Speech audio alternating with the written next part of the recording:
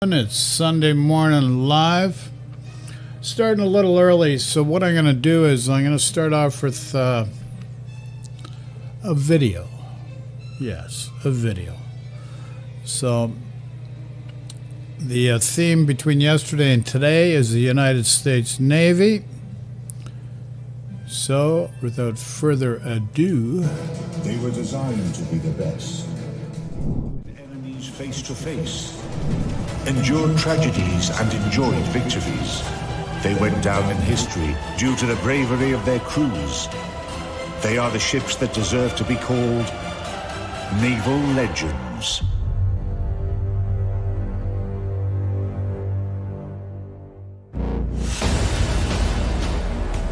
In this episode, Battleship Iowa, a trump card that was never played.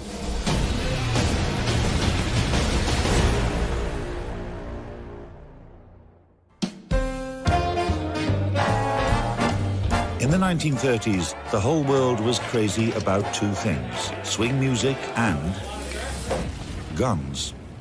The passion that politicians and industrial moguls showed to the latter had all the signs of gigantomania. By finding legal loopholes in international arms control treaties and conventions, or simply ignoring them, countries were constantly building new and unprecedented weapon systems for both land and sea. They were becoming bigger, heavier, and more powerful. The global arms race involved the most advanced technologies of the time and huge financial resources. In order to compete with any of our potential enemies, it was felt necessary to increase the size of our ships. So the Iowa was a 45,000-ton battleship. The prior ships had been less, the South Dakota class and the North Carolina class. A battleship is basically a floating artillery battery, so her size directly depends on the size of her primary guns. The 16-inch main batteries on Battleship Iowa, of which there are three turrets. Each turret has 3 guns. So everything about the ship design is structured around being a platform for the 16-inch guns. It's like small arms. There is a common misbelief that the pistol is designed first and then the cartridge. No, the Defense Ministry always orders the cartridge. The same for ships. The enemy has 15 inches and 12 inches. Let's make 16 inches because we already have some of the technologies. But let's not make it 40, but 50 calibers long. And they made a 16-inch gun. So the ship was built to carry this particular gun. Key specifications of Battleship Iowa. Total displacement, 57,540 tons. Length, 887 feet, 6 inches. Beam, 108 feet, 3 inches. Draft, 36 feet, 1 inch. Armament. Primary armament, 9 Mark 7 guns in 3 triple turrets. Caliber, 16 inches. Maximum range, 24 miles. Dual-purpose artillery, 20 Mark 12 guns in 10 coaxial Mark 28 turrets. Caliber, 5 inches. Anti-aircraft armament, 19 quadruple Bofors guns. 52 Oerlikon Mark 234 autocannons. Air group, 3 Vought OS-2U Kingfisher floatplanes.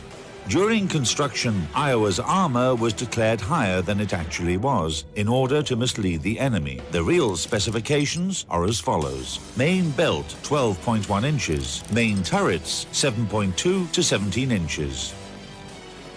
Conning tower, 7.2 to 17.3 inches. Main armor deck, 6 to 7 inches. Iowa has the most powerful power plant among battleships. 4 geared turbine engines with 8 turbines produced by General Electric. 8 boilers produced by Babcock and Wilcox. Power, 212,000 horsepower. Maximum speed, about 33 knots. cruising range, about 20,000 nautical miles at a speed of 15 knots.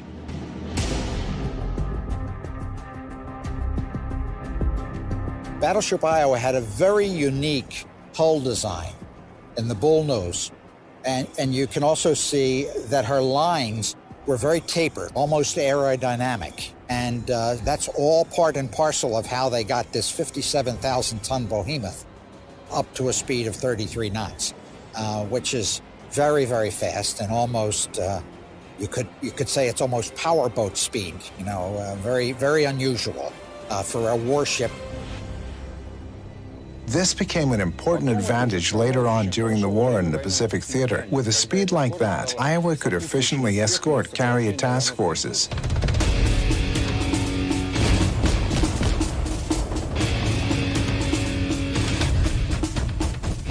They put about 140 20-millimeter and 40-millimeter anti-aircraft guns on the ship, and the carriers loved them because they were able to protect the carrier. When Iowa was still under construction, the Americans realized that she would play a secondary role in battles against the Japanese fleet. Aircraft carriers were becoming the main striking force of the Navy, but a giant like Iowa played a worthy role in the World War II. Battleship Iowa was commissioned in early 1943. Its first mission was to go north. Naval intelligence felt that the Tirpitz, the German battleship, may be coming into the North Atlantic. The battleship Iowa was sent on an early mission north to block the Tirpitz.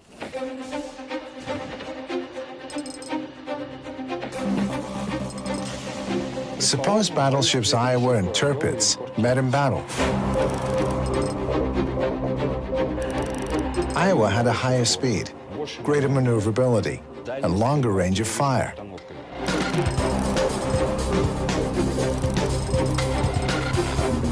Tirpitz would be trying to get in close to Iowa, and Iowa would be looking to keep away, maneuvering and firing at Tirpitz from a great distance. Iowa would have definitely won this battle.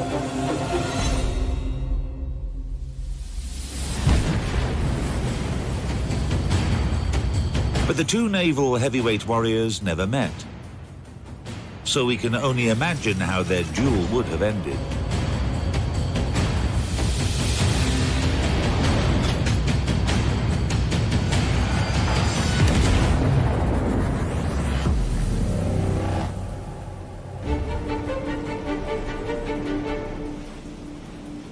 Then, on their second mission in October 12th of 1943, was to accompany, or I should say, carry Franklin Roosevelt across the Atlantic to North Africa. From there, he went on to visit with Churchill and Stalin in the Tehran Conference. Roosevelt was on board the ship for 15 days. When President Roosevelt came on board, the first thing he saw was Vicky. Now, the first captain, Captain John McCrae, brought little dog home one day, and his wife looked at the dog and said, "Get that thing out of here." So the Captain McCrae took the dog and brought him on the ship. And President Roosevelt asked, "Who is this little dog?" And Captain McCrae said, "Well, that's our little ship's mascot named Vicky." So Vicky spent the whole 15 days of the Roosevelt passage in the cabin with Roosevelt. He would roll or play tricks. While he wasn't very good as a sailor, he was very good as a dog, and Roosevelt really enjoyed Vicky.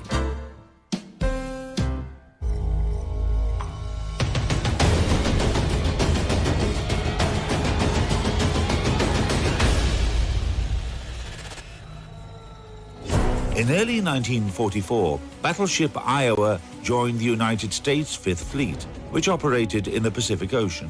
By that time, US forces were already attacking Japanese positions on various islands.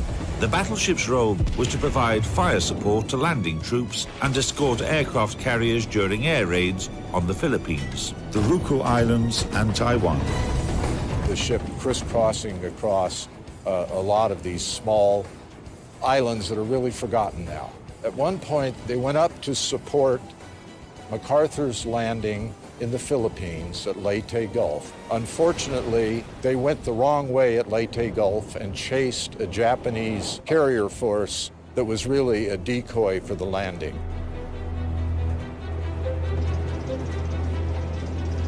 They came back, but a little too late to assist in the Battle of Leyte Gulf. They missed that one opportunity to maybe have had a contact with the Yamato.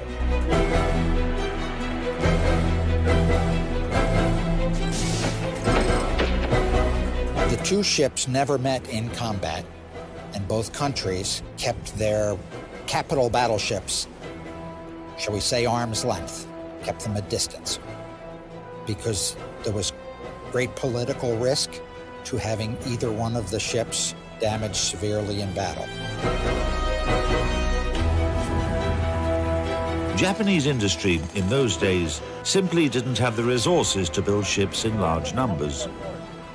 The solution was simple: to make huge ships that would exceed the largest ships of other nations. Super battleships. Battleship Yamato is the biggest battleship in the world.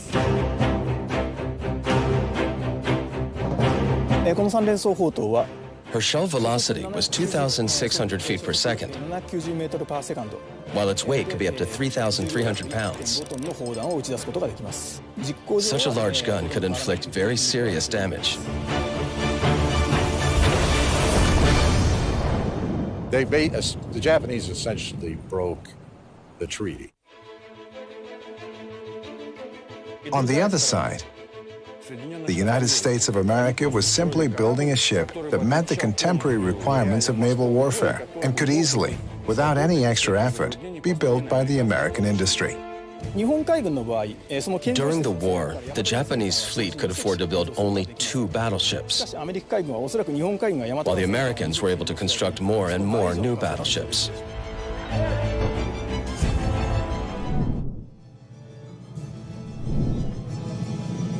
Well, folks, we're going to pause the video and come back to it. What we're going to do is do a battle. I think we're going to do a ranked battle. Just got to figure out what ship I'm going to play.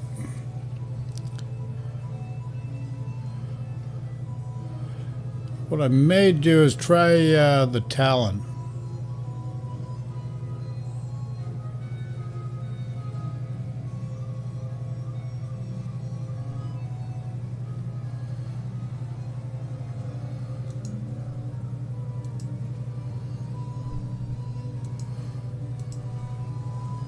There we go.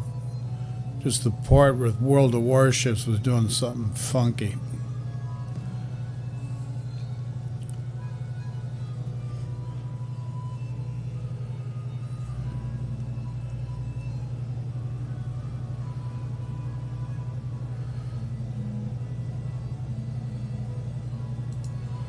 We're going to try the Talon this time.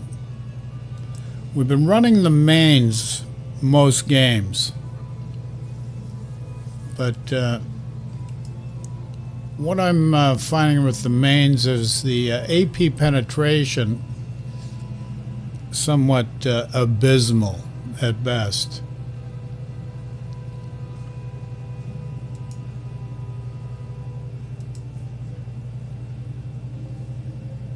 So let's go into battle with the Tier 8 Talon, which is a Soviet cruiser. And as soon as we go into the queue, we'll switch over to, we're going to switch over to Game Live now.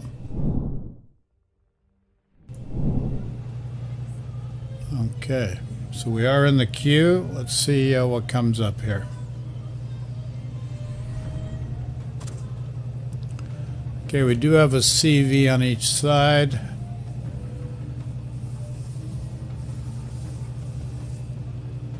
Okay, so we're up against a Talon on the other side.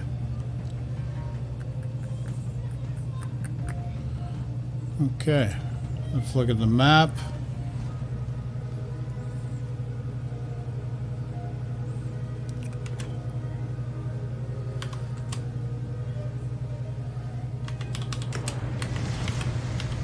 General quarters.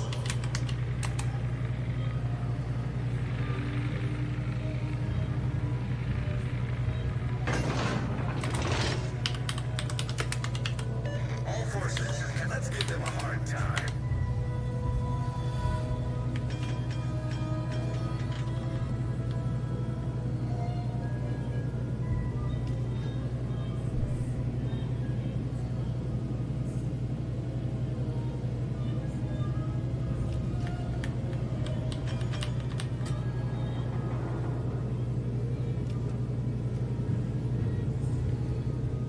Roger.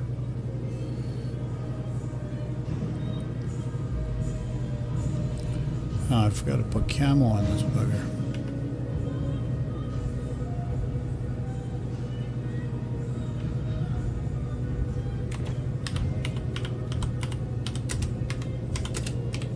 Enemy force detected.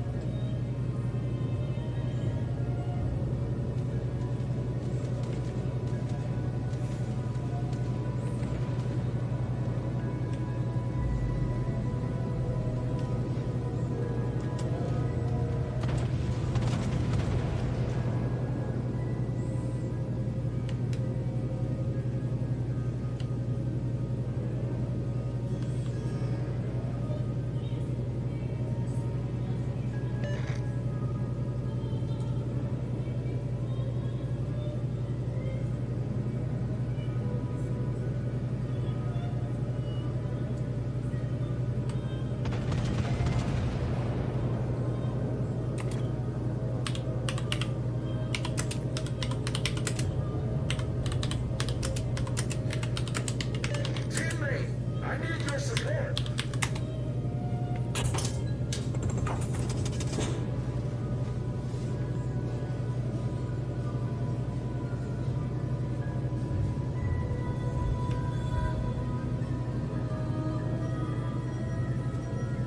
Acknowledged. Teammate, I need your support.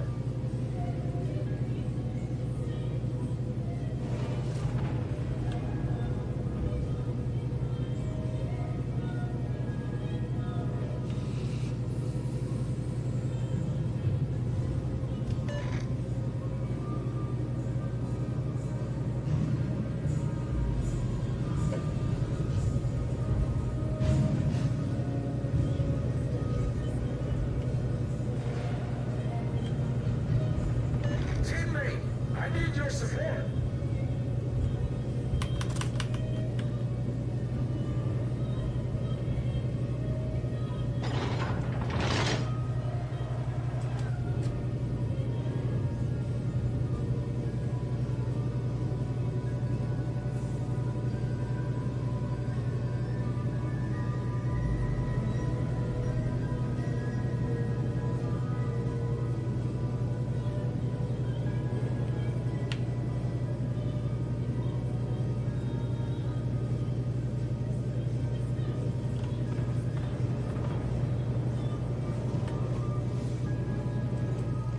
Enemy destroyer sighted.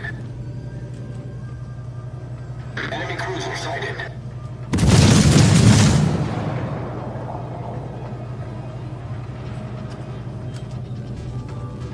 That's how it's done.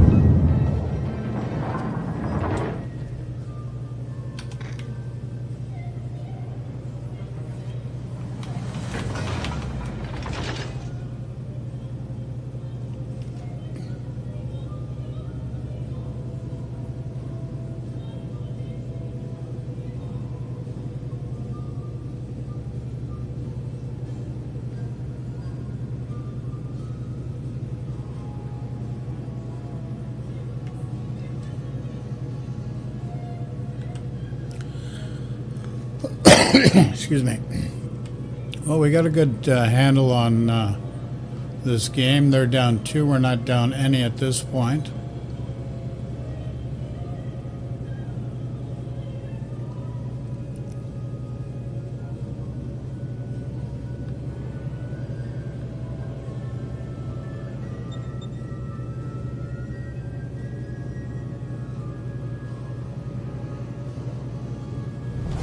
Our team has taken the lead.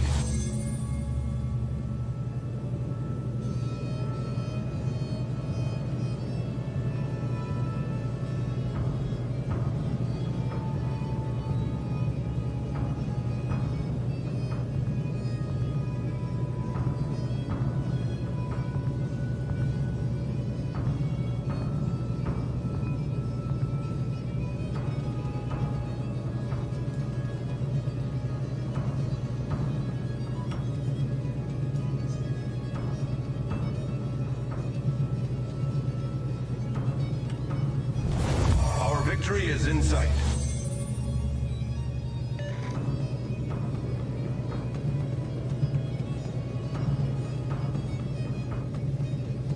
Torpedoes, dead ahead.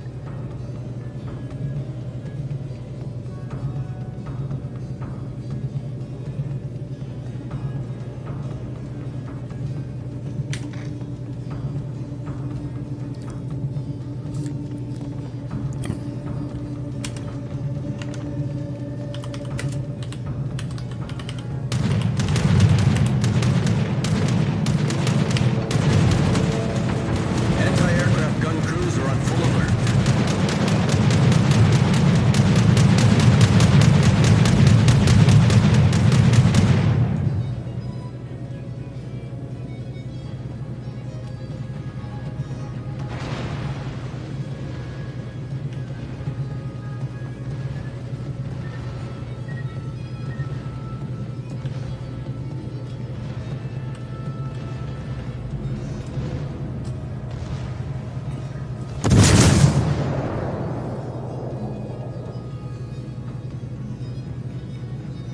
Anti-aircraft gun crews are on normal alert.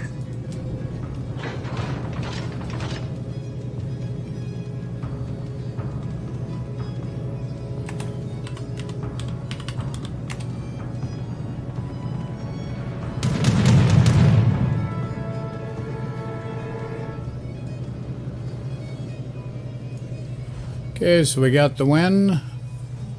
We got the wins. How satisfied? Okay, I'm satisfied. Good game. Okay.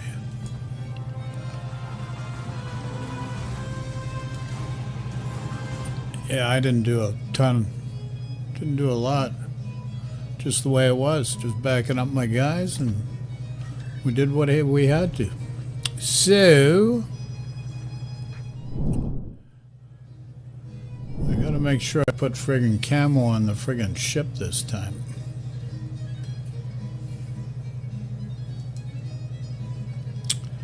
Yepper doodle. Don't need some camo, boys.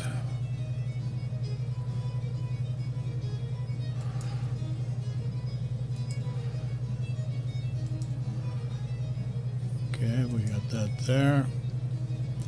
Okay, do you want to watch the video or do you want to go back to the game? Post in chat. Give you 10 seconds.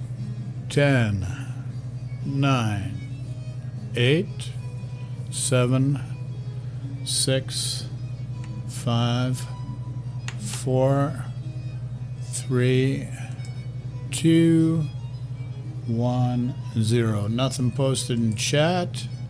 So let's go back to our video now there, folks. The Americans were simply building another ship, and she turned out to be a good one.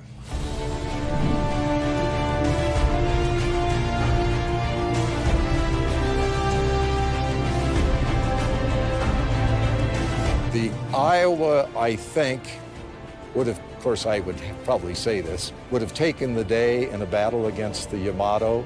She had very accurate fire control for a ship of the 1940s.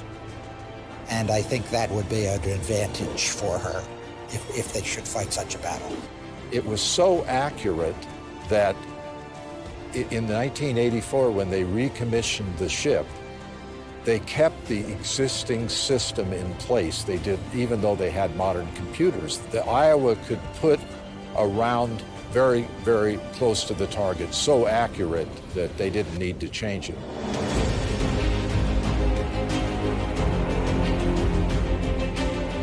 Iowa was the most dangerous enemy for Yamato. If they had met at a range from 66,000 to 98,000 feet, especially in a one-on-one fight and in fine weather, Iowa would have no chance of winning. However, thanks to better radar, Iowa could fight in bad weather and at night. Powerful guns, high speed, and precise radar made Iowa a formidable adversary. If these two battleships had fought each other, the victory would depend completely on the battle conditions. We could get in quick and fire, but then there's always the lucky shot.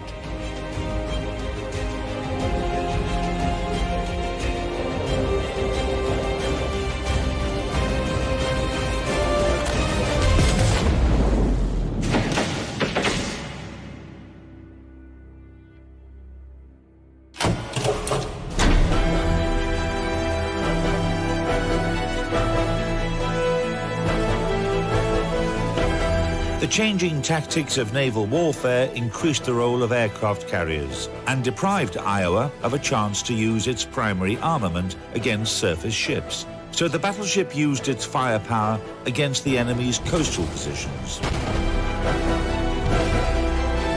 On August the 29th, 1945, when the war was virtually over, Iowa stood side by side with her sister ship Missouri and entered the Tokyo Bay as part of the occupation force. We were next to our sister ship, the Missouri, and the Missouri, of course, is where Douglas MacArthur accepted the final surrender of the Japanese. Now, we like to say on the Iowa that had Roosevelt lived, that signing might have been on the Iowa because he had been on the ship.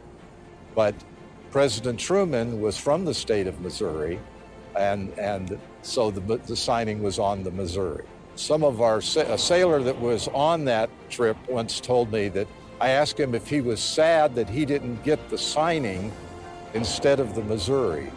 And he said, no, not really. He said the war was over, we had lived, we were going home to our wives and children, and all the guys on the Missouri were busy preparing a photo opportunity for Douglas MacArthur. Upon witness surrender of the Japanese Imperial forces, At the end of the war, we brought back a large number of American POWs, Japanese prisoners of war, and we brought them home and sailed through the Golden Gate Bridge, and the war was over.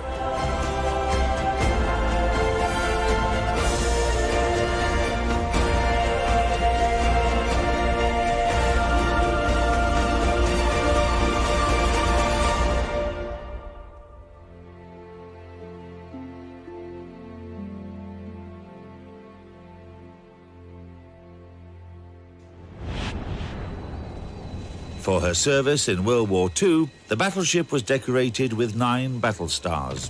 In 1949, Iowa was decommissioned into the reserve fleet, but 2 years later, she was recommissioned and sent on a mission to the coast of Korea. The battleship returned home with 2 more battle stars. From 1958 to 1984, Iowa was kept in reserve, and after modernization, she returned to active service again. However, the event that took place in the late 1980s showed that battleships can also sustain losses outside of wartime. On April 19th, 1989, the biggest tragedy that ever struck this ship occurred. The ship was about 400 miles or so north of Puerto Rico. As I understand it, they had loaded the shell in the number 2 turret, rammed in the powder, and they were about to close the breach when something happened.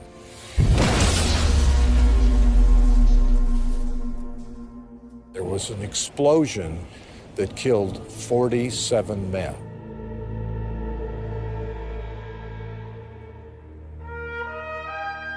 It was by far the biggest loss of life on the ship.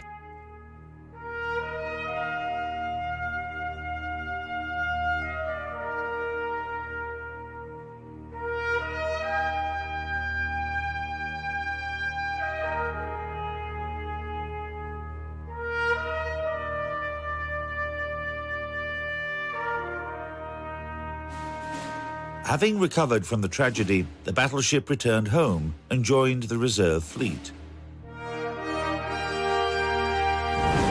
In 2001, 58 years since her launch by the New York Naval Shipyard, after she had crossed tens of thousands of miles and fired thousands of shells at the enemies, Battleship Iowa was berthed in the port of Los Angeles.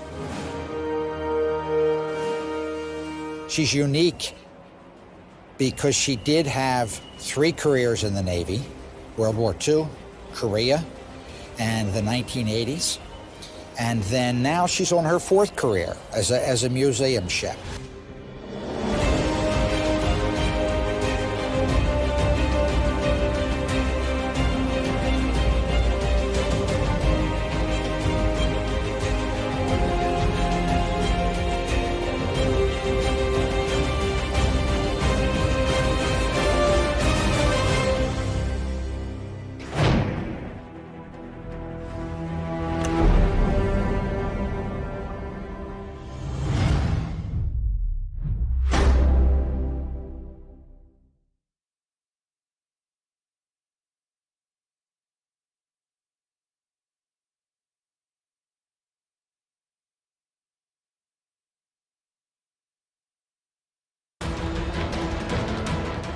They were designed to be the best. They met enemies face to face, endured tragedies and enjoyed victories.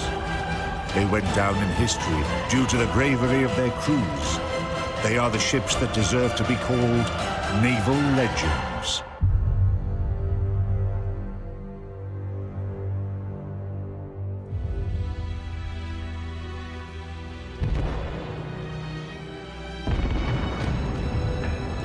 In this episode, watch Yamato, life and death of the legendary battleship.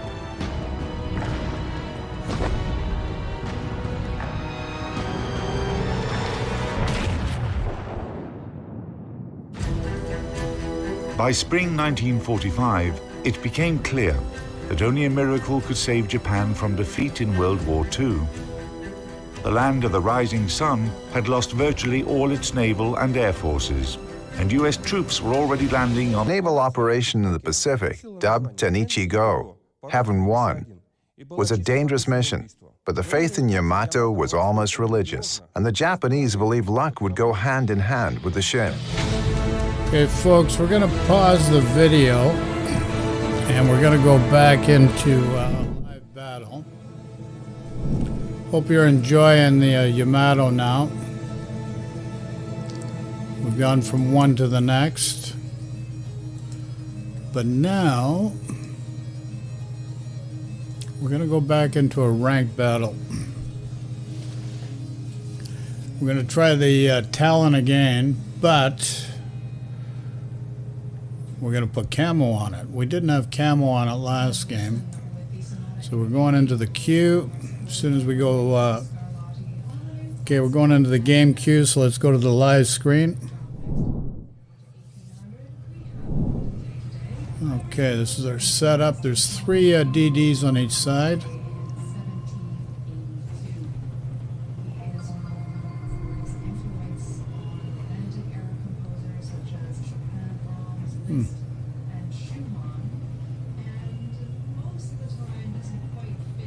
Let's check the map.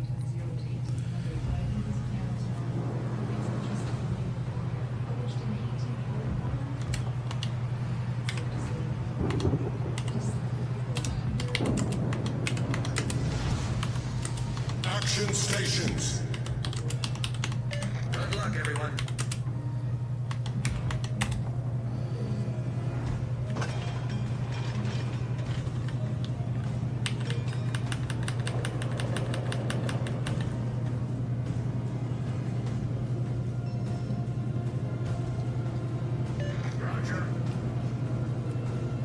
Thank you.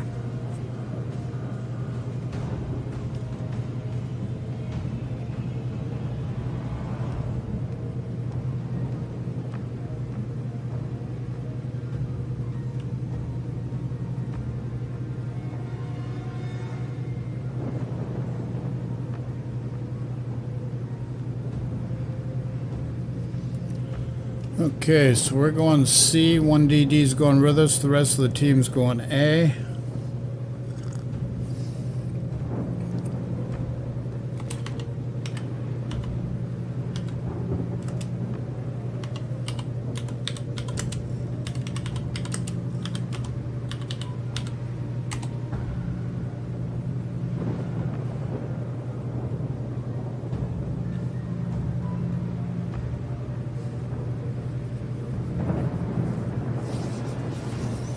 Let's try to get another win.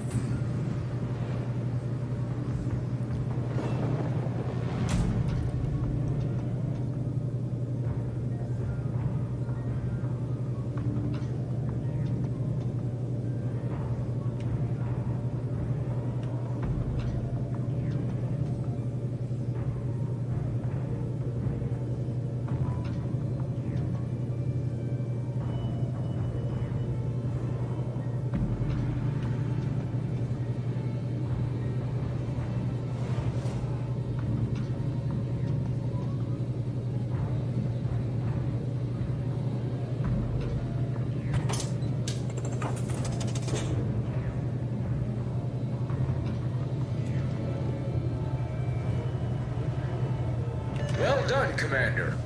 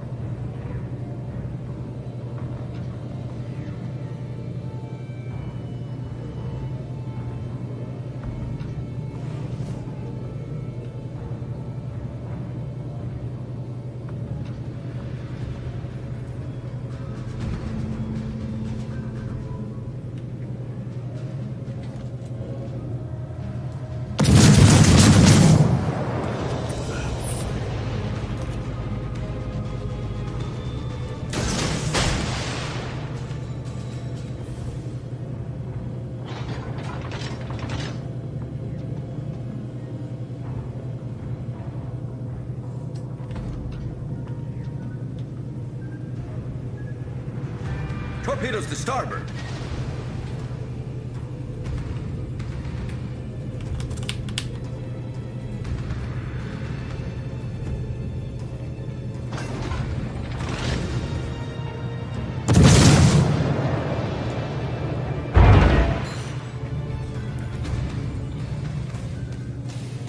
Enemy battleship sighted.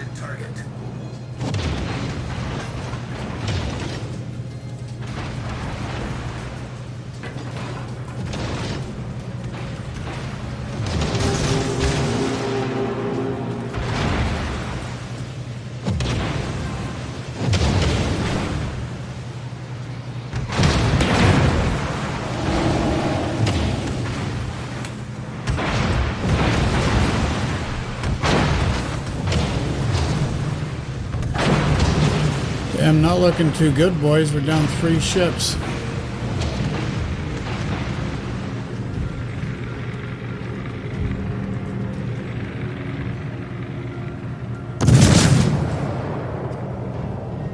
The enemy is about to win.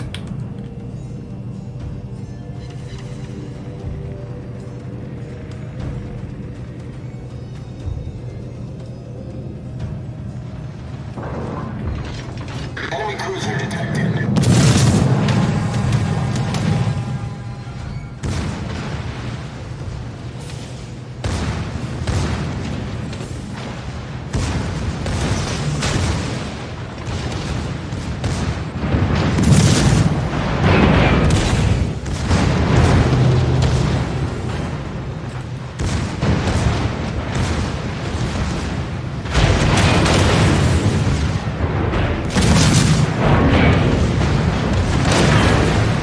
The ship is on fire.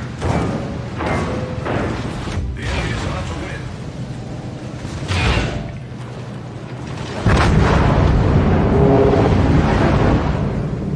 The enemy team has taken the lead. Well, we did a ram. Not much else we could do. Lost too many guys today. They couldn't hold A. Don't understand why.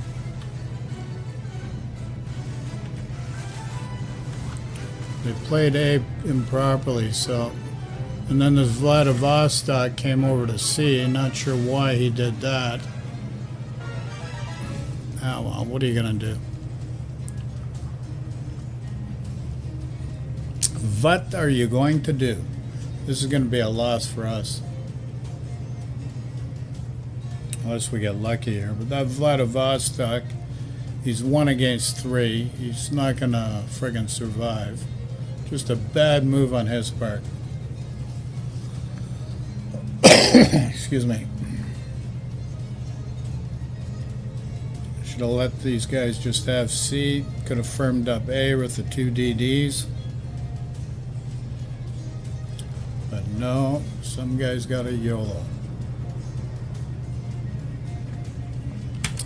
Not much you can do, guys.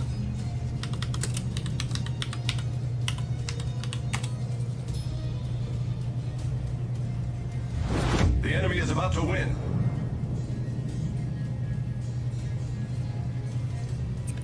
Yeah, Vladivostok should never have gone to C. That was a big mistake.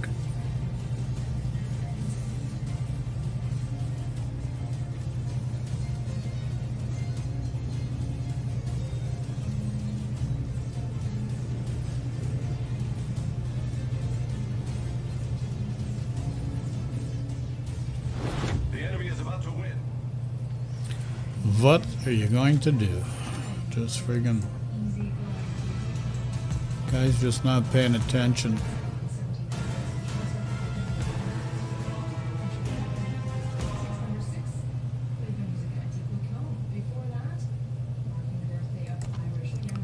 Not much you can do. Let's go into battle again. Let's see. Let me just check my containers first.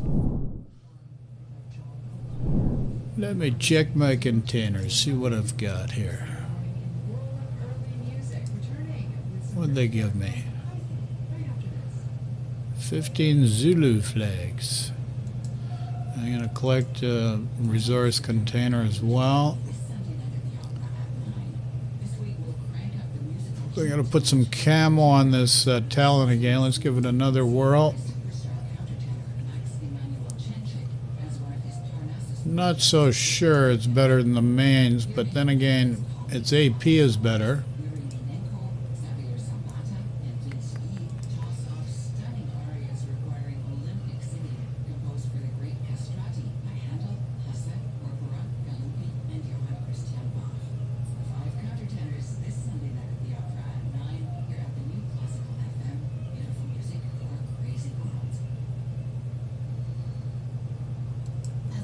Okay, we're going to put some Canada Day camo on this. Canada Day. Oh, yeah. Okay, so we're going to go into the queue. As soon as we're in the battle queue, we'll go to the live screen. And Bob's your uncle. Oh, going live. Okie dokie. What do we have here? 3 destroyers on each side. We got Nakazuki, which I like. They've got a Lightning and a Kid. We've got a Kid also. Lightning's a good ship. So let's see what happens. Check out the map.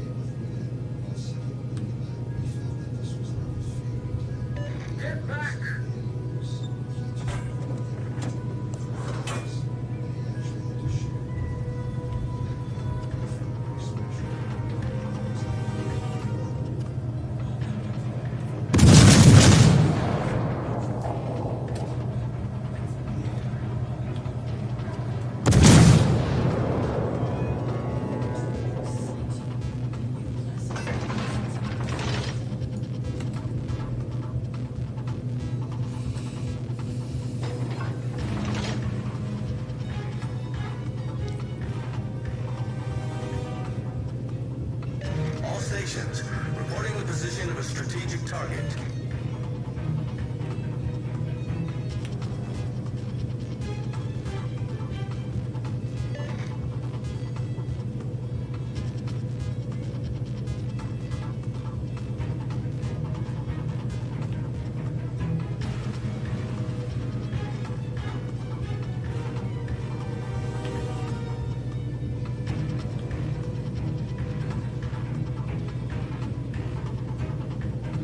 Get back!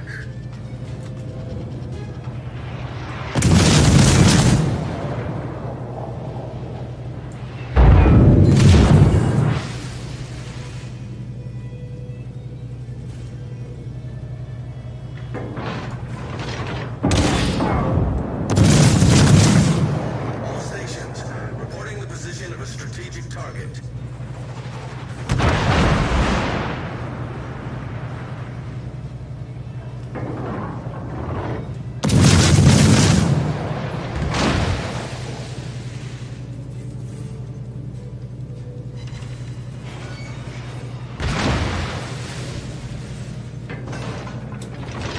All stations, requesting target.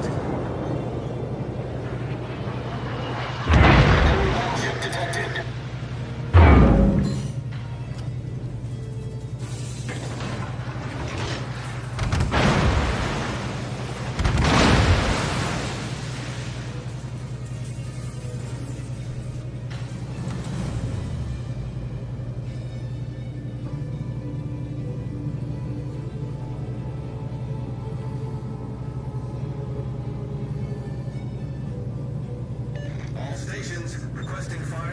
designated target.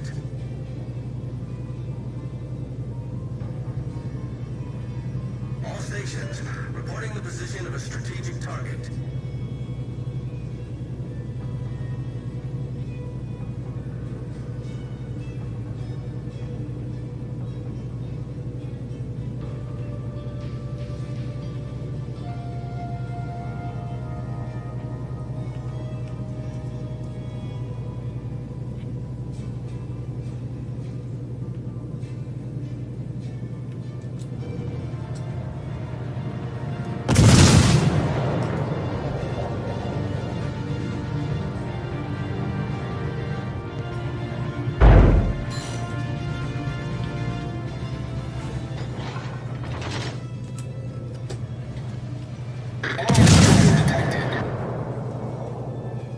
All stations, concentrate fire on the target.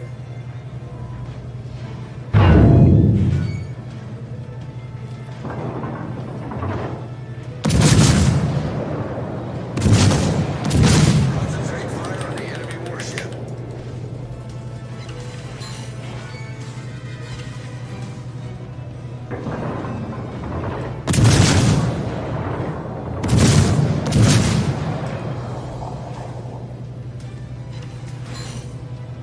All forces, capture that area.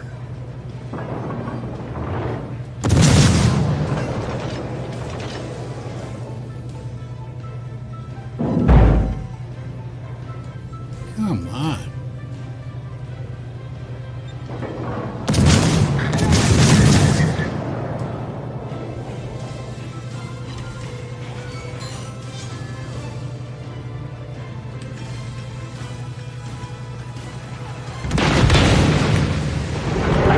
Main turret, critical damage.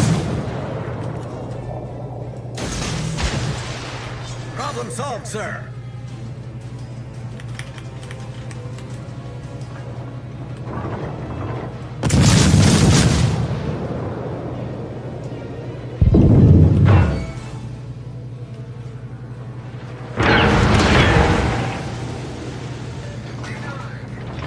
Concentrate fire on the designated target.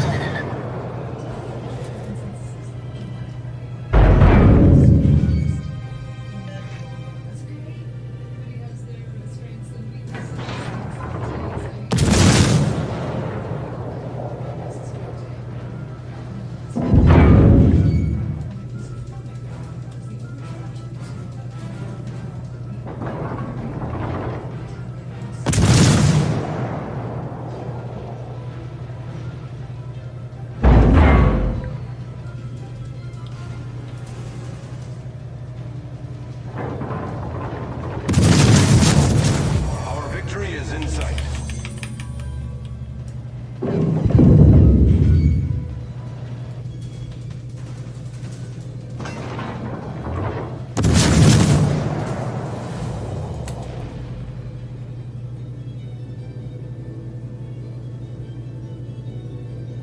So they're down 3, we're down 1, we're in good shape.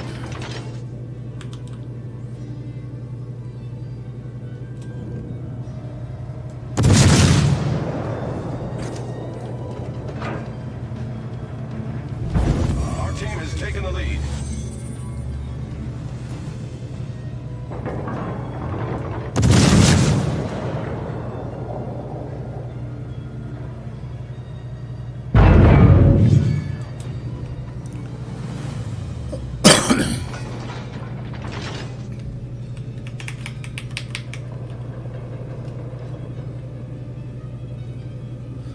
So good game all around.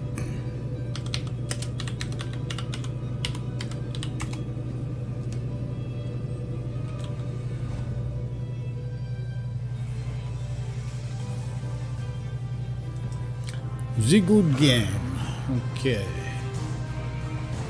Mid-pack, maybe? Just up from the bottom. Well-balanced team effort, actually. Very well done. Sweet. Sweet mother of pearl. Oh, my. Okay. So...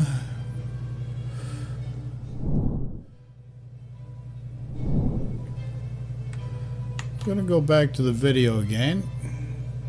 So this is Yamato. The largest battleship ever built. The history of battleship Yamato began 10 years before the ship's legendary last mission. In October 1935, Japanese engineers put together a first draft of the famous naval giant. Unlike the Americans, whose ships were limited to a size that could pass through the Panama Canal, nothing restricted the Japanese from building ships of a large size and displacement and arming them as heavily as possible. Japanese designers set out to make battleships powerful enough to outmatch all existing foreign counterparts and any ships that would be built in the upcoming years. The production facilities behind me were the Kure Naval Arsenal in those days. Its dockyard saw the birth of battleship Yamato. Her keel was laid in 1937 and the ship was completed in 1941. Yamato was the heaviest battleship in the world. Back then, the total construction expenses amounted to 130 million yen. That would be over 1 trillion yen, $8 billion in today's prices. Initially, Japan planned to build a total of 4 Yamato-class ships. However, the Pacific War began, and after completing the second ship, Musashi, Japan stopped building the third ship, Shinano, and never started the fourth one. Eventually, Shinano was converted to an aircraft carrier.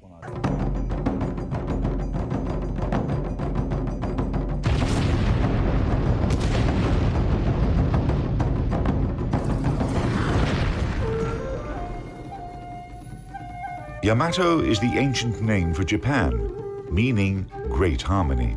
Strict secrecy was maintained throughout her construction. A high fence of mats surrounded the dockyard. All engineers swore a solemn oath of non-disclosure, and the workers going in and out were compared with their photos. Japanese shipbuilders certainly had something big to hide. Total displacement, 72,808 tons. Length, 863 feet. Beam, 128 feet. Draft, 35 feet. Armament, main battery. 3 turrets, each having 40 SK Mod 94 guns. Caliber, 18-inch. Secondary battery. 2 turrets, each having 3 Type 3 guns. Caliber, 6-inch. Anti-aircraft artillery, 12 coaxial Type 89 guns. Caliber, 5-inch. 50 triple-barrel and 2 single-barrel Type 96 automatic cannons. Caliber, 0.98-inch. Air group, 7 seaplanes, reconnaissance planes and spotting aircraft. Armor. Main belt, 11 to 16-inch. Main turrets, 7 to 26-inch. Conning tower, 12 to 20-inch. Power plant, 4 Campon turbines and 12 Campon RO boilers. Power, 154,000 shaft horsepower. Maximum speed over 27 knots. Operational range 7,200 nautical miles at 16 knots.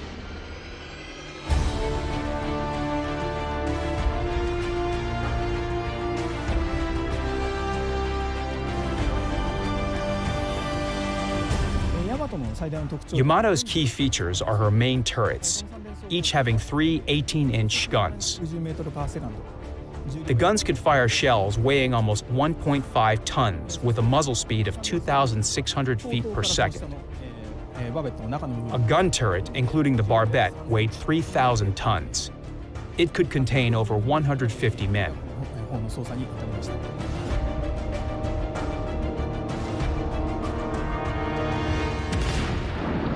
Yamato's main turrets were guided by a fire control system consisting of a director that provided parameters of fire, rangefinders, and electromechanical calculators, a form of early computers. It was a state-of-the-art system for the time. Lack of fire control radars for engaging surface targets was compensated for by top-notch grouping of salvos. This gave the Japanese firing capability on par with that of the world's leading navies. The ship's secondary battery consisted of 2 turrets, each having 3 6-inch guns. The guns featured excellent ballistic characteristics and could penetrate the armor of a typical cruiser. However, their rate of fire was pretty low.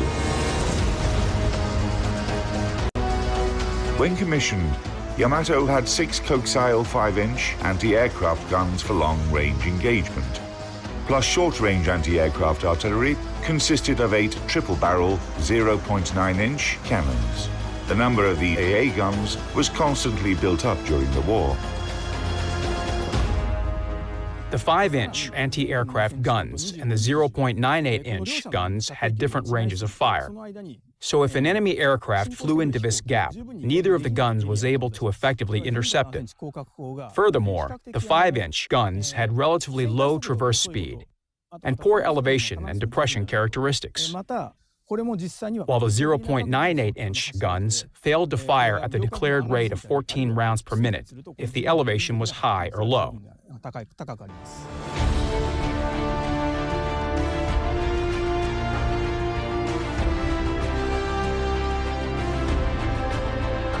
Yamato enjoyed the heaviest armor in shipbuilding history. Its US analog, battleship Iowa, had armor that was on average 4 inches thinner. The armor belt of the Japanese Giant formed a citadel that covered slightly over half of her waterline length. The most protected part was the ship's conning tower. The weapon systems became literally giant. The Japanese built a super battleship that was like 10 or 15 others put together. But the problem was that it did not pay off. You can build one Yamato-class battleship, but she would still be destroyed when facing 2, 3, or 10 US battleships. There are still such characteristics as mobility, quantity, quality, salvos per side.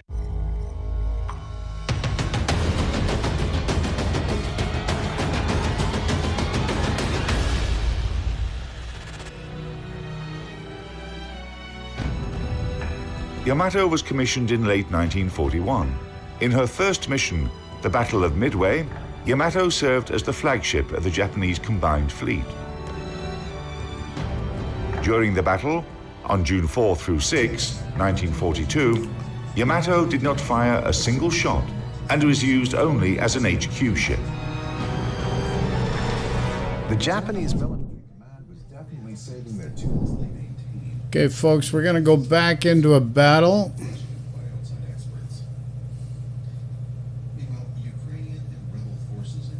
Going to use the Talon again.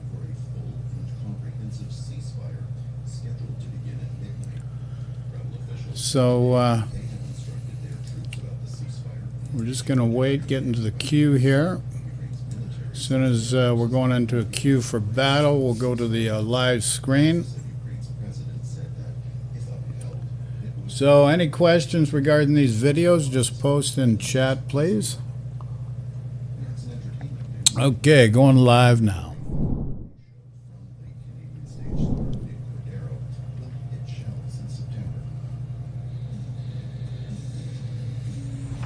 Okay. There's only one destroyer on each side. Ours does not have smoke. They've got the Kid, which I think is more of a better all-around ship for destroyer purposes. So let's see the map.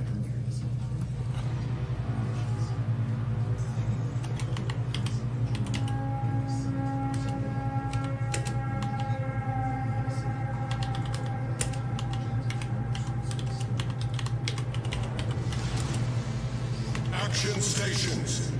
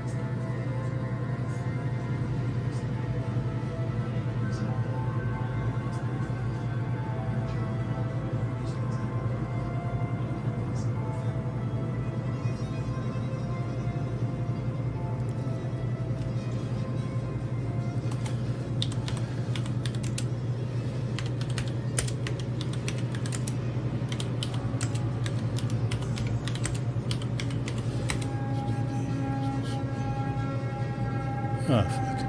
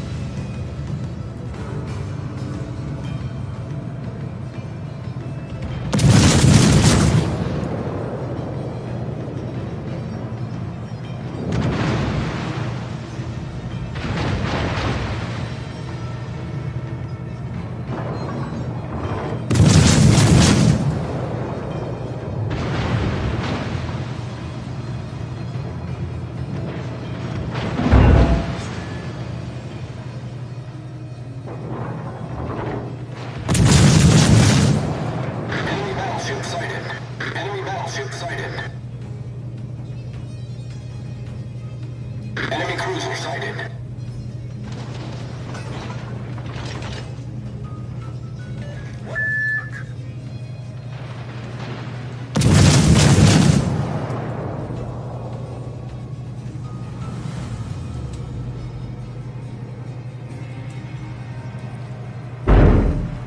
What the heck?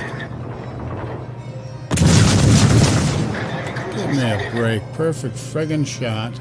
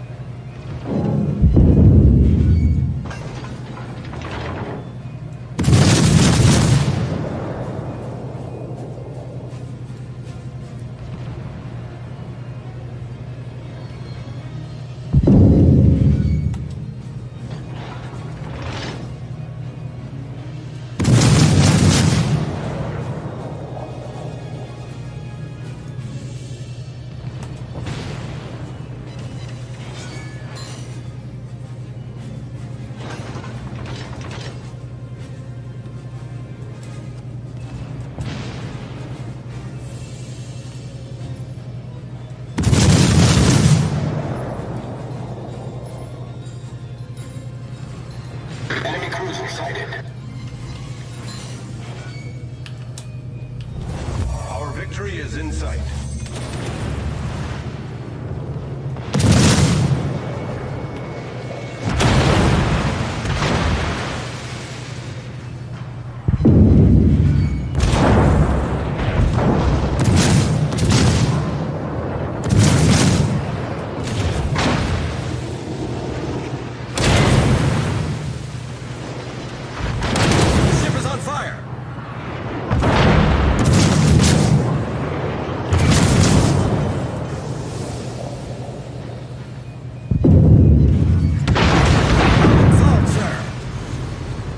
Battleship destroyed.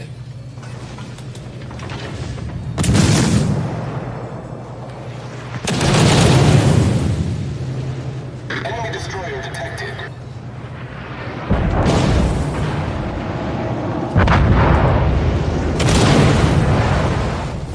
Our team has taken the lead. Acknowledged.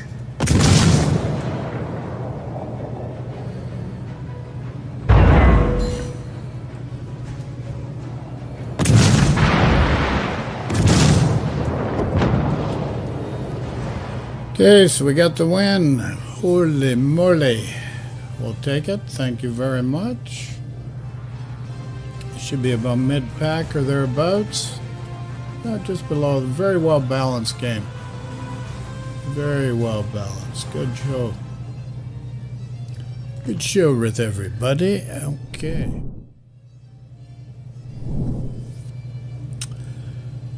So, how are we doing so far this morning? We've got 3 wins, 1 loss, which isn't too bad. How are we doing for time? We got lots of time left.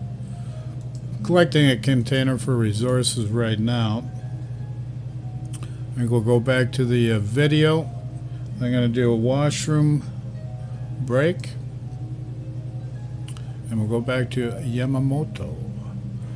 After Yamamoto, we've got the USS Hornet, which is a United States aircraft carrier subsequent to the Yamato video.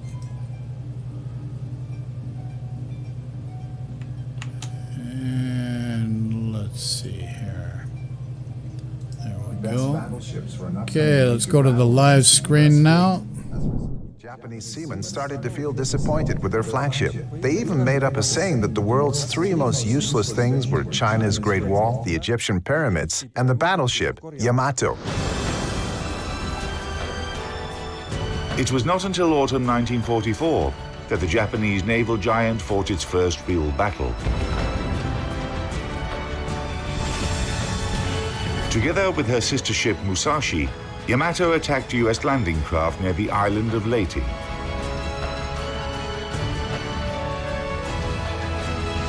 In that battle, Yamato was only slightly damaged, demonstrated her power, and recovered the status of an unsinkable giant. However, the situation in the Pacific theater had changed by that time.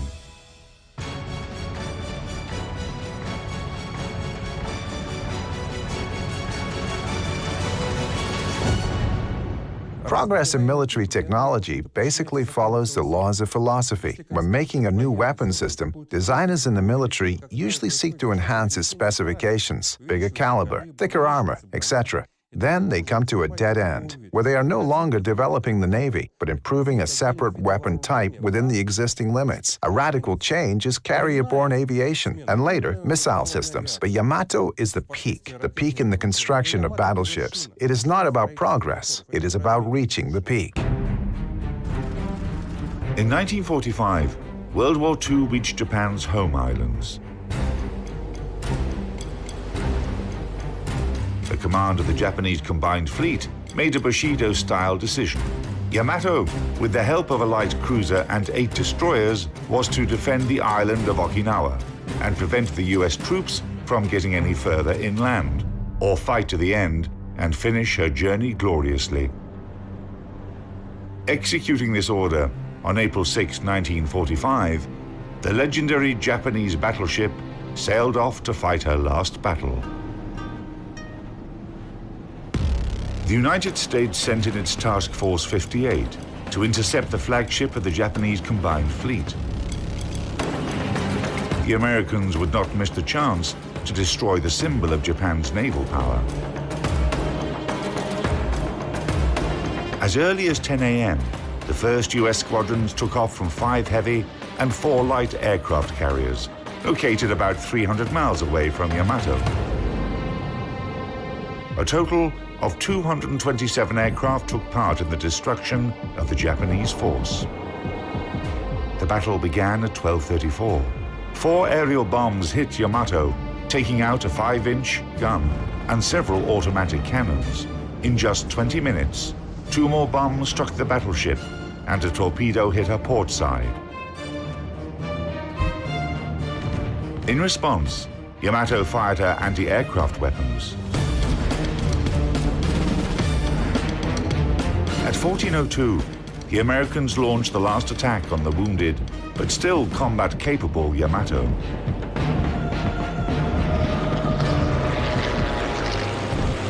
It was a demonstrative execution. 4 torpedoes, 3 to the port side and 1 to the starboard side, destroyed the ship's damage control center. Yamato stopped moving and started listing to port more and more every minute. And when this huge ship capsized, a monstrous explosion erupted. The pride and hope. It is true that Yamato had a number of drawbacks. Like her sister ship, Musashi, the battleship was sunk as a result of airstrikes. The key reason for that was the ship's fundamental lack of ability to resist massive air attacks.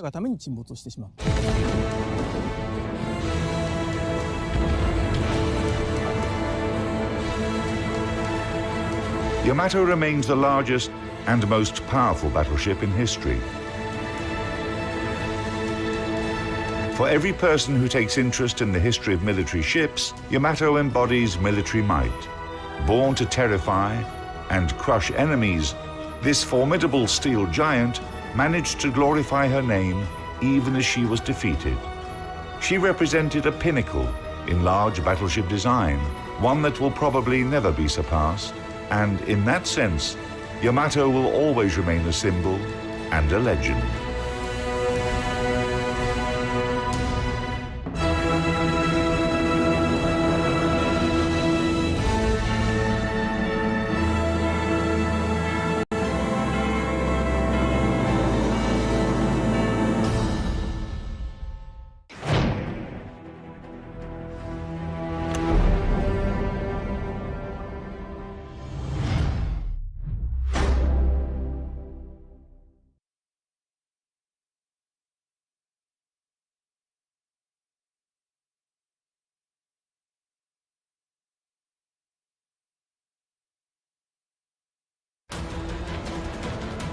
They were designed to be the best. They met enemies face to face, endured tragedies and enjoyed victories. They went down in history due to the bravery of their crews. They are the ships that deserve to be called naval legends.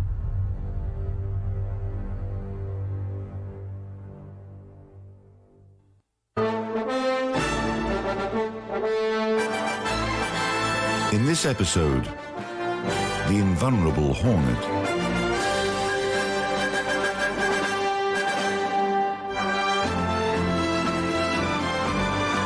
While the Pacific campaign was in full swing, the US Navy started receiving new Essex-class heavy aircraft carriers. They became the long-awaited reinforcements that helped the Americans crush the Japanese Imperial fleet. One of the most famous ships of this class, CV-12 Hornet, inherited her name from another aircraft carrier that distinguished herself at the start of the war.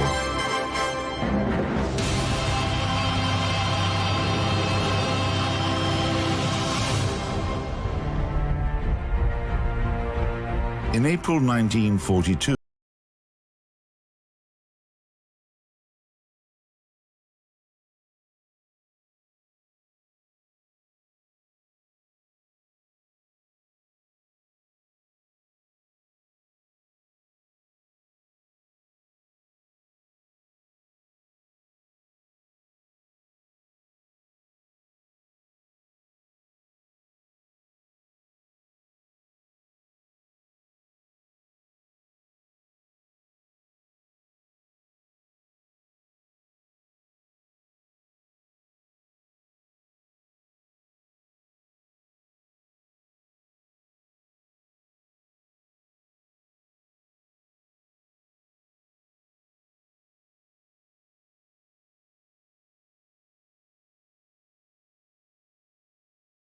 Americans and strengthened their belief in victory over Japan. In September 1942, CV-8 Hornet received serious damage during the Battle of the Santa Cruz Islands and sank. However, its famous name was given to a new aircraft carrier, CV-12, that was under construction at the Newport News shipyard.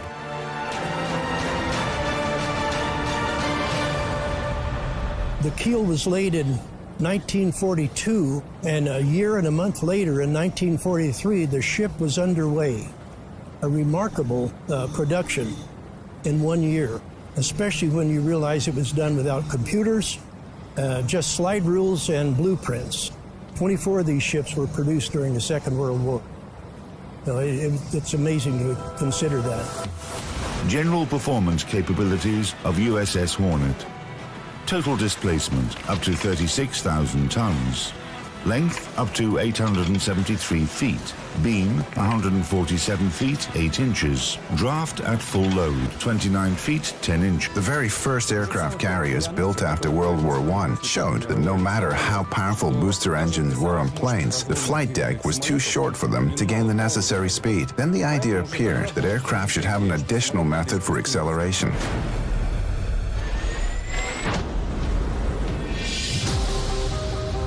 Now, they can't do it by themselves. They have to have assistance through the catapult system. This cable, it's hooked up underneath the wing, goes down, wraps around the front of that shuttle down below, and that shuttle runs in this track out to the front of the ship. There's a hydraulic engine rammed way down below that is powering this thing. And at that point, the plane is doing about 120 to 130 knots. It's pretty cool. It's amazing how quickly they can get them up to speed, eh? Right after takeoff, pilots had exhausting work to do. Okay, so we're going to go back to battle. I'm going to pause the video. We can always go back to it after. We're going to go back to battle. And the same ship, the Talon, we're going to go in ranked, going into the queue. As soon as we go live, I'll go live as soon as we go right into the queue. So we're just waiting. Any questions you do have, please post in chat. Okay, let's go live now.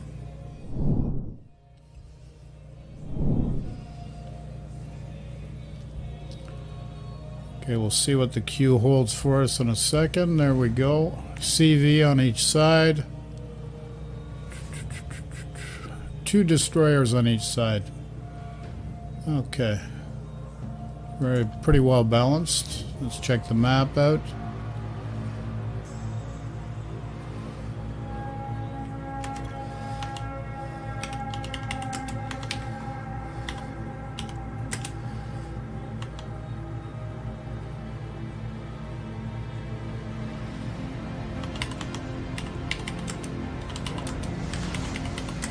General quarters.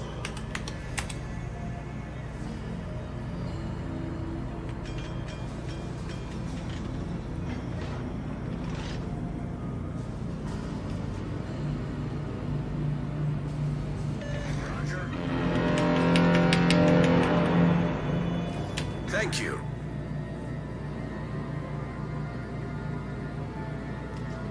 Good luck, everyone.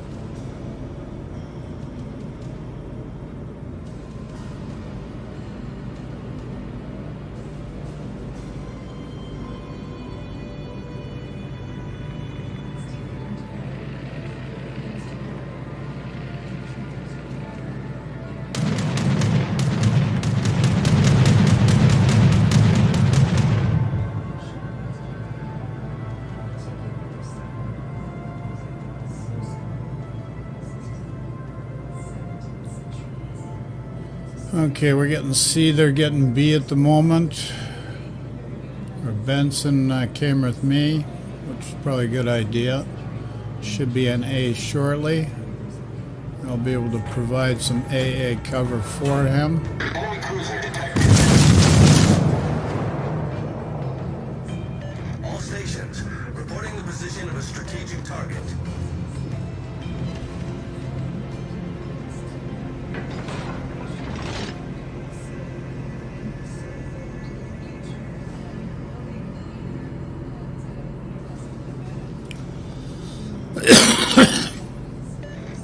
Excuse me, sorry guys.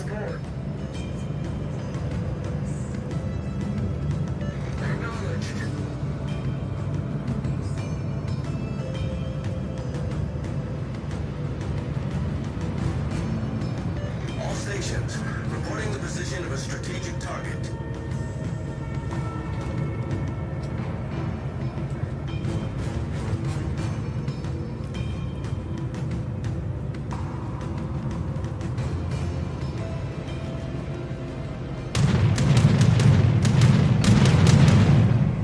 Anti-aircraft gun crews are on full alert.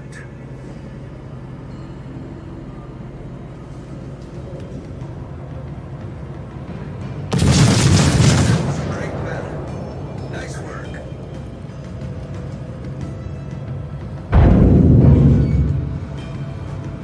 All stations reporting the position.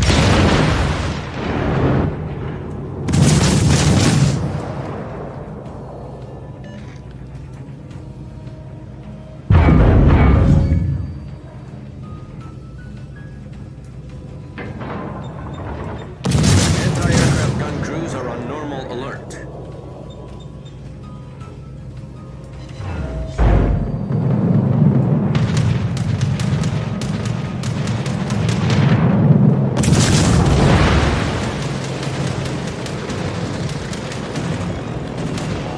Torpedoes dead ahead.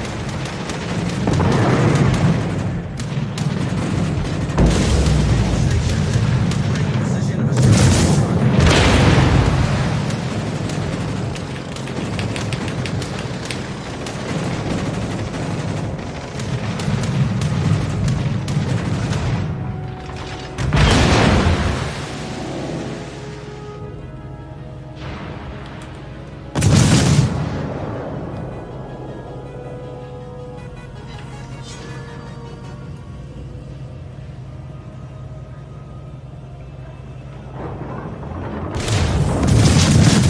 Reporting the target position. Enemy destroyer detected.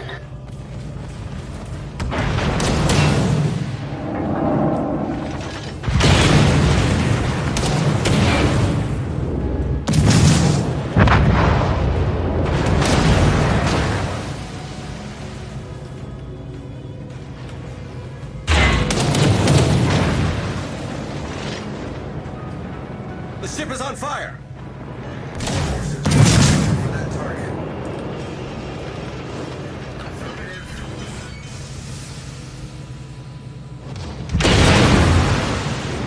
Problem solved, sir.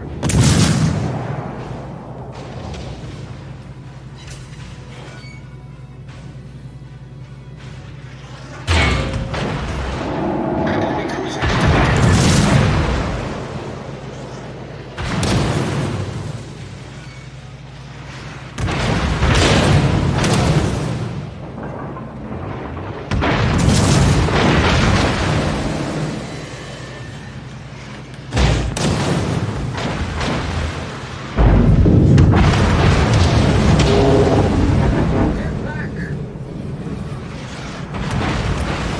Okay, I'm dead.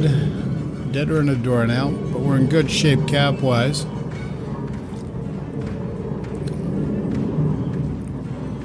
And as long as guys don't YOLO too much, we should be fine.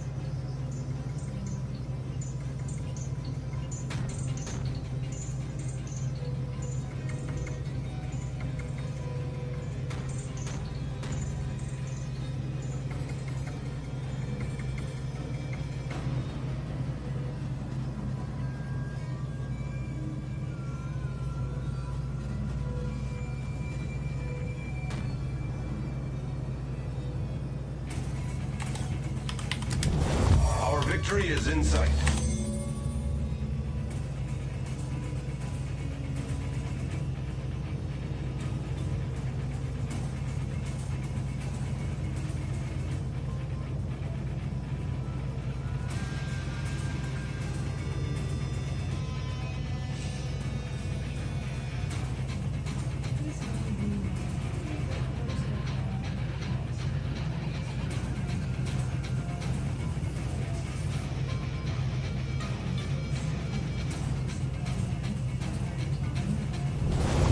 Victory is in sight.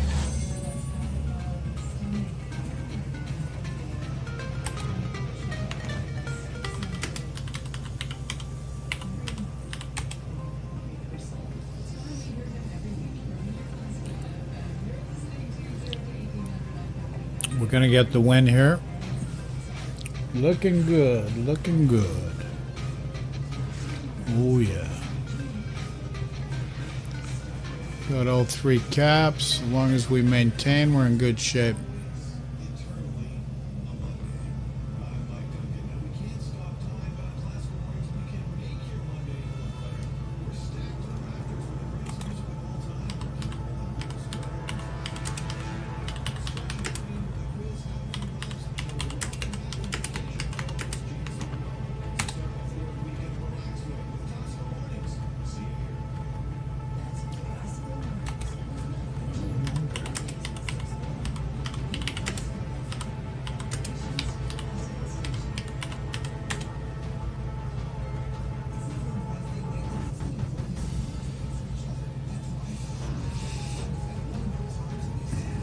Get back!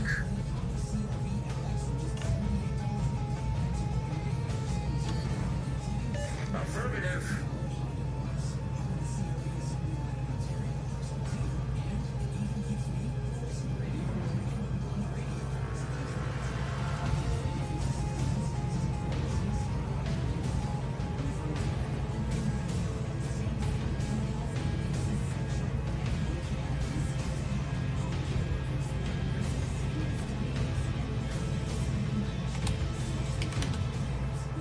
Okay, looks like we get the win.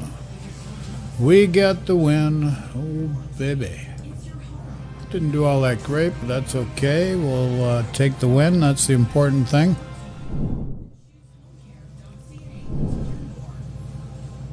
Definitely a win is more important.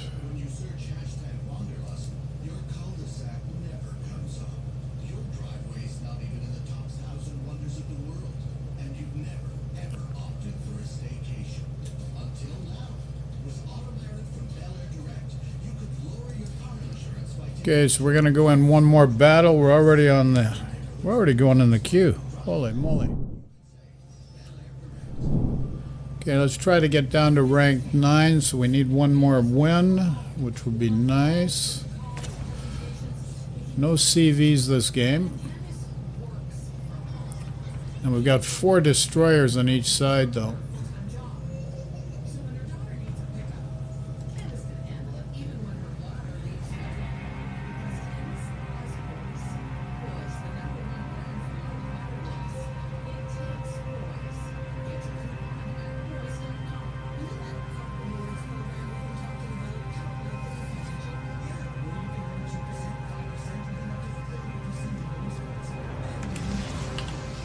Battle starts.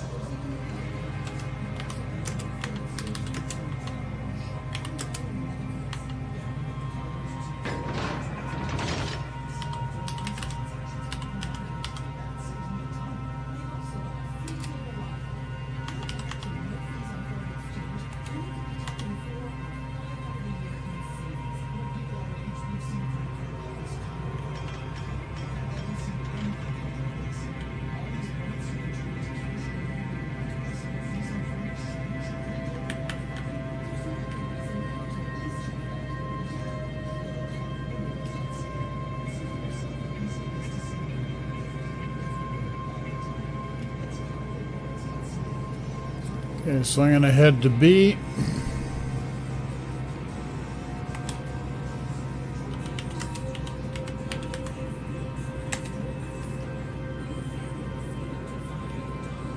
Many thanks.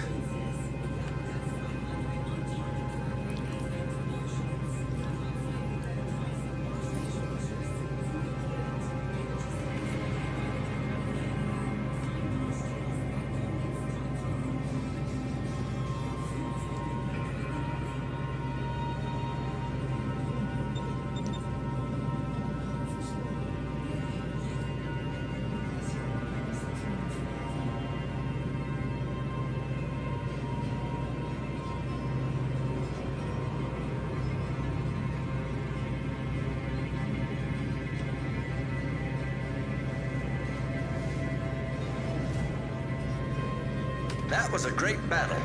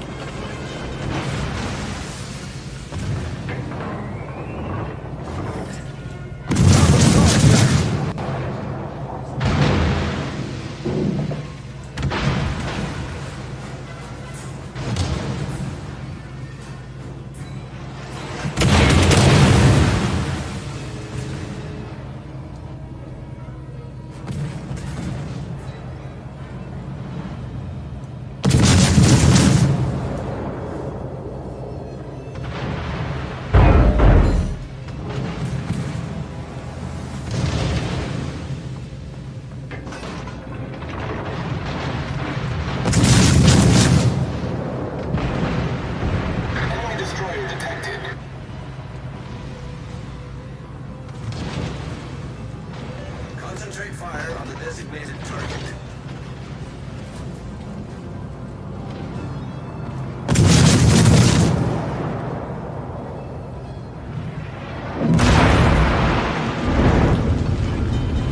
The ship is on fire. Problem solved, sir.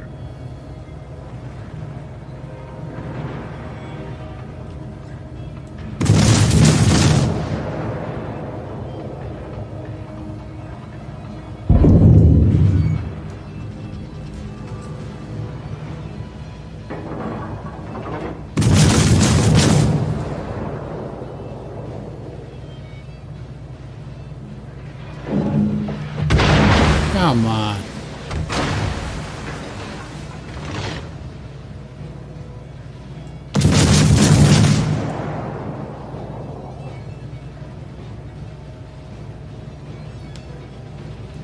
How the frig does he do that? Where is that? The ship is on fire.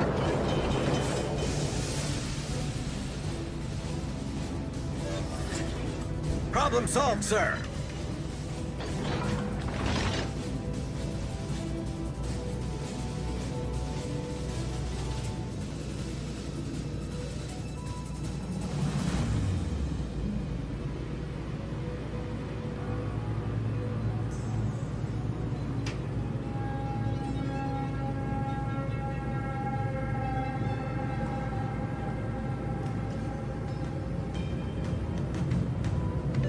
Stations reporting the position of a strategic target.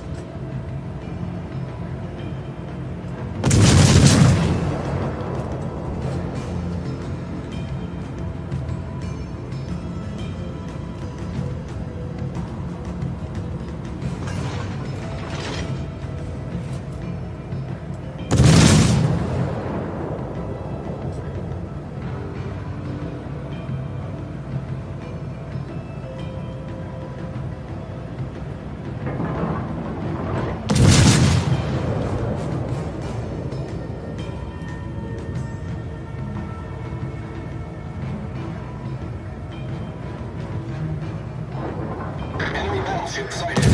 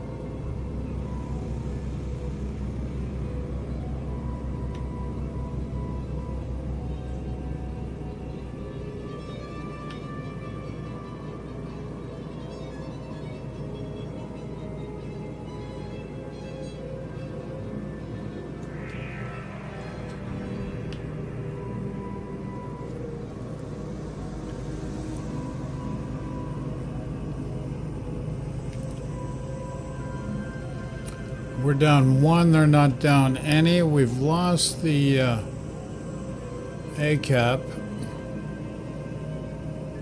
Yipper's hurting. Luoyang's hurting.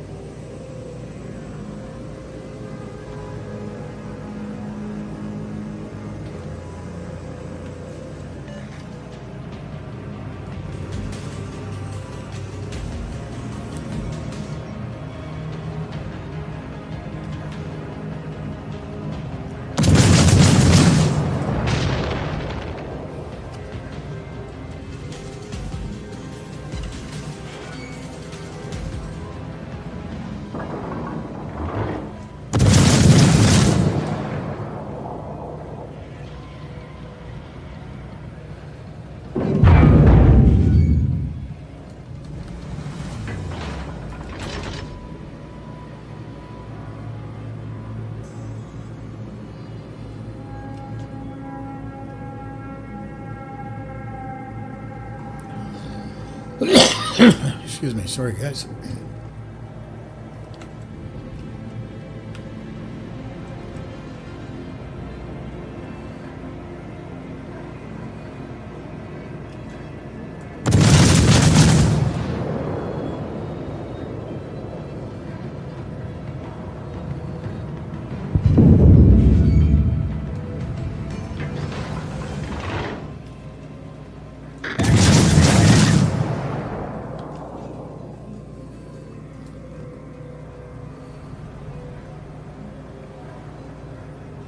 Come on.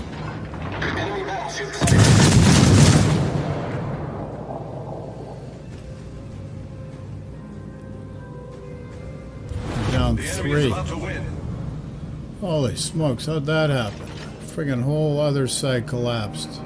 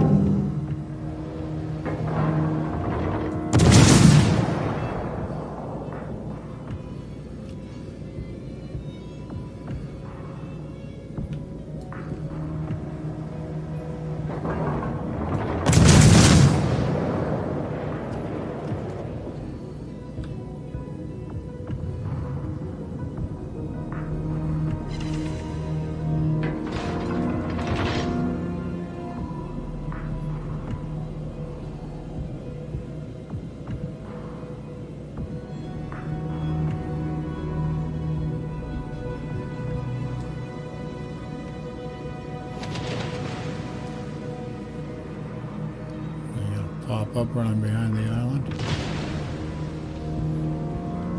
The way it goes.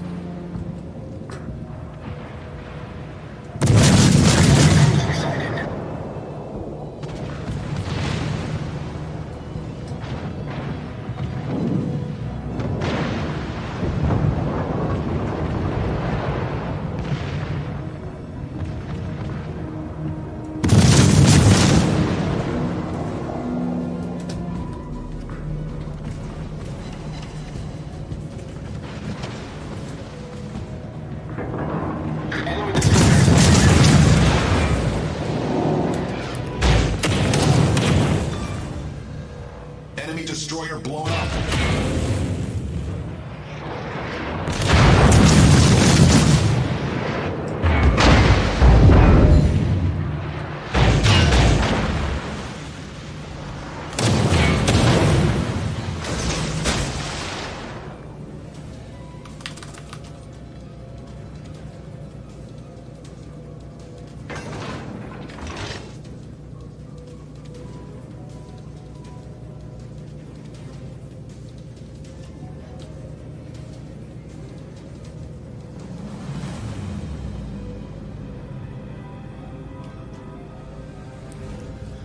Ah, we had a stinking loss. We should have won that game. That was our game.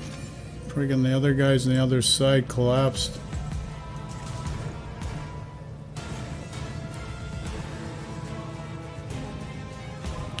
Not much you can do, boys. Not much you can do.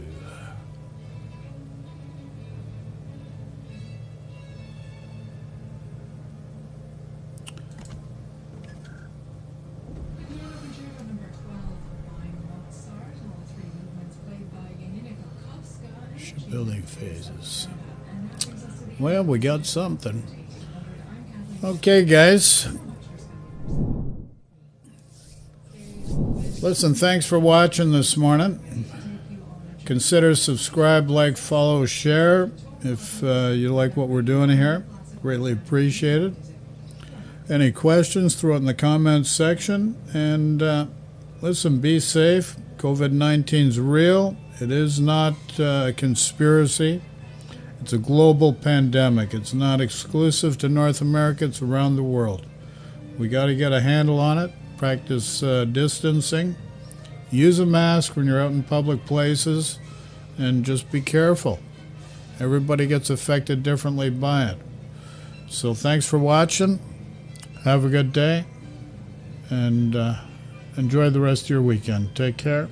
Ciao for now.